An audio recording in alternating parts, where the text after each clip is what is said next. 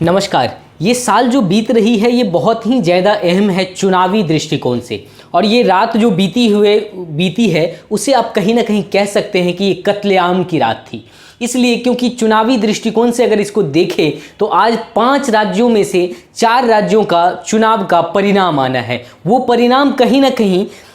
बहुत सारे विधायक दलों के, बहुत सारे विधायकों के, बहुत सारे नेताओं के और बहुत सारे पार्टियों के अगले 5 साल तक की रणनीति और राजनीति की परिदशा तय करेगी। और ये बहुत बड़ी बात है कि अभी जो चुनावी नतीजा आपके सामने आ रही है और जैसे जैसे समय बीतती जा रही है नतीजा साफ होती हुई नजर आ रही है, और ये नतीजा बिल्कुल चीखती हुई कह रही है कि बीजेपी के खेमे में ये पूरा का पूरा नतीजा है। आज अगर इस नतीजा में देखें तो 4 में से 3 राज्यों में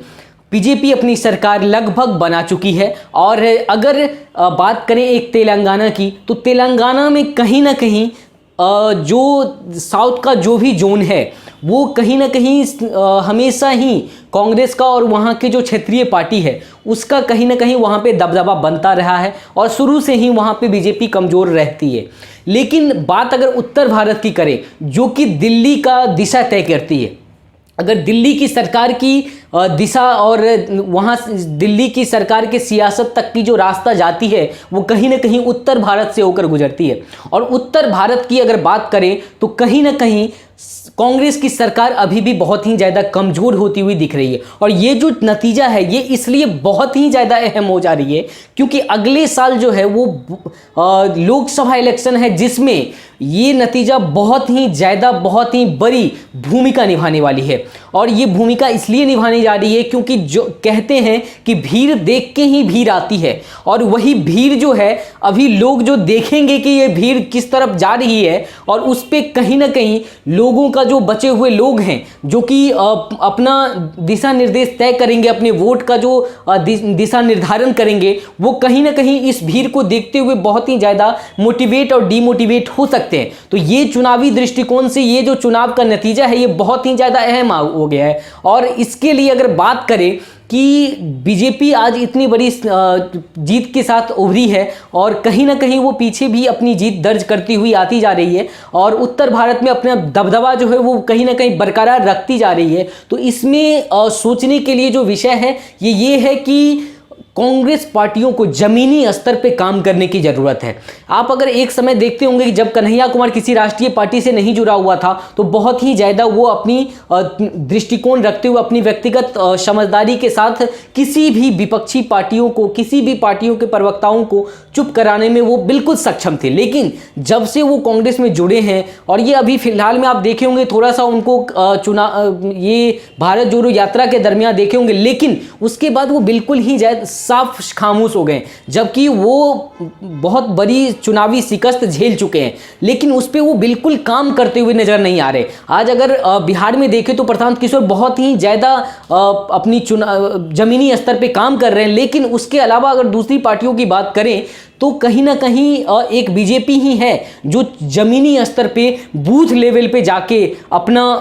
अध्यक्ष बनाना, यहाँ तक कि अब सबसे बड़ी बात उसकी ये देखेंगे कि वो सिर्फ ये नहीं कि जिला स्तर पे काम कर रहा है, प्रखंड स्तर पे काम कर रहा है, किसी भी लोकसभा या सीट पे काम कर रहा है, वो कहीं ना कहीं बूथ स्तर पे काम कर रहा है, वो यहाँ तक का वार्ड स्तर पे जाके काम कर रहे हैं, वो वहाँ पे जाके अध्यक्ष, उपाध्यक्ष, समिति ये सारे कुछ बना रहे हैं। तो ये बहुत बड़ी उसके लिए चुनावी रणनीतियां जो है वो बहुत ही ज़्यादा अहम निभाती है, जिसमें कहीं ना कहीं राहुल गांधी पछड़ते हुए नजर आ रहे हैं। राहुल गांधी बहुत ही ज़्यादा मेहनत किए हैं, अपनी छवि को बहुत ही ज़्यादा सुधारे हैं और वो उनका छवि, भले वो ऐसे थे नहीं जितना छवि उनका बिगाड़ दिया गया, लेकिन वो अपना छवि सुधारने में बहुत ही ज़्यादा मेहनत की है और बहुत ही हद तक वो अपनी छवि को सुधार चुके हैं। लेकिन ज़रूरी अभी इस बात की है कि कहीं ना कहीं अगर विधानसभा इलेक्शन की बात करें तो वहाँ पर क्षेत्रीय जो आपकी पार्टियां हैं,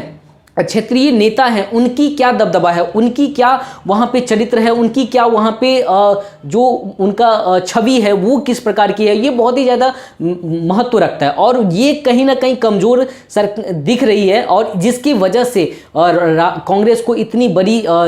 चुनावी हार का सामना करना पड़ा है। और ये बहुत ही ज़्यादा सबसे बड़ी बात आप देखेंगे कि राजस्थान में कई सालों से हर साल चेंज हो जा रहा है, हर पंचवर्षीय में पार्टी चेंज हो जा रही है, सरकार चेंज हो रही है। आखिर वहाँ पे अगर बात करें तो कहीं ना कहीं दोनों पार्टियों को ये सोचने की ज़रूरत है कि क्या आखिर चीज़ है जिस पे वो भरोसा अपने जनता का नहीं जीत पा रही है। वहीं पे अगर मध्य प्रदेश की बात करें तो जब से वो ज्योतिरादित्य सिंधिया गए हैं तब से कहीं ना कहीं कांग्रेस, जो कि बहुत ही अच्छा सीट लेके हमेशा आती थी, वो कहीं ना कहीं कमज़ोर होती हुई नजर आ रही है। और इसी तरह आप अगर देखें तो दोनों पार्टियों में अभी जैसे बीजेपी में जब से ज्योतिरादित्य सिंधिया आए हैं वो कहीं ना कहीं मजबूत हो गए हैं। बीजेपी मध्य प्रदेश में मजबूत हो गई है, लेकिन सिंधिया का कहीं ना कहीं छवि थोड़ी सी कमजोर जरूर हुई है, जैसे कि कांग्रेस में सचिन पायलट की है। सचिन पायलट की छवि थोड़ी सी कमजोर हो गई है। और अभी हाल फिलहाल की अगर दोनों की बात करें तो कहीं ना कहीं ये आप कह सकते हैं, और ये क्योंकि जो राजनीतिक परिदशा देख रहे हैं और जो चुनावी नतीजा है उसके हिसाब से आप कह सकते हैं कि ज्योतिरादित्य सिंधिया जो है वो अपना छवि और अपनी वहाँ पे अपना दबदबा कायम रखा, और जिसके वजह से आज वहाँ पे जीत दिलाई। लेकिन यहाँ पे कांग्रेस को थोड़ी सी सचिन पायलट को और ऊपर उठा के पेश करना चाहिए था, ताकि वो ज्योतिरादित्य सिंधिया के जैसे अपनी छवि को, अपनी वर्चस्व को, अपनी दबदबा को कायम रख सकते थे और जीत दिलाने में कहीं ना कहीं अहम भूमिका निभा सकती थी। और ये सब चीज़ों का आप अगर समझे तो सबसे बड़ी चीज़ ये है कि जनता की जो समस्या है, और जनता की समस्या के लिए आपको कहीं ना कहीं जन प्रतिनिधि जो भी हैं उनको कहीं ना कहीं जमीन पे जाने की जरूरत है। जनता की समस्या आप कहीं ना कहीं दिल्ली से बैठकर नहीं सुन सकते हैं, और इस चीज को राष्ट्रीय पार्टियों को अपनी जनप्रतिनिधियों को समझाना चाहिए। और उनके जनप्रतिनिधि अगर जमीन पे पहुंच जाए तो उनका जीतना तय हो जाता है, क्योंकि तभी उनका जनता के साथ कनेक्शन बन पाता है। और जनप्रतिनिधि जमीन पे जाके जनता के साथ जब कनेक्शन बना लेते हैं तो वही जीत का नतीजा तय कर देता है। बहुत बहुत धन्यवाद। आप देख रहे थे तीखी सच, और जो अभी पार्टी जीते हैं उनको बहुत बहुत बधाई। उनकी ये मेहनत थी, उनको मेहनत का वो परिणाम मिला, और इनके लिए वो उमंग दिखा रहे हैं, और ये बहुत ही ज़्यादा खुशी का माहौल है उनके लिए। और जो पार्टी नहीं जीते हैं, जो पार्टी हार का सामना किए हैं, शिकस्त खाए हैं, वो उनको कहीं ना कहीं बहुत ही ज़्यादा साहस और बहुत ही ज़्यादा उनको अपने अंदर काम करने की ज़रूरत है। अपनी जो एरिया है उसमें कहीं ना कहीं मजबूती दिखाने की ज़रूरत है, और इसके लिए उनको कहीं ना कहीं मैं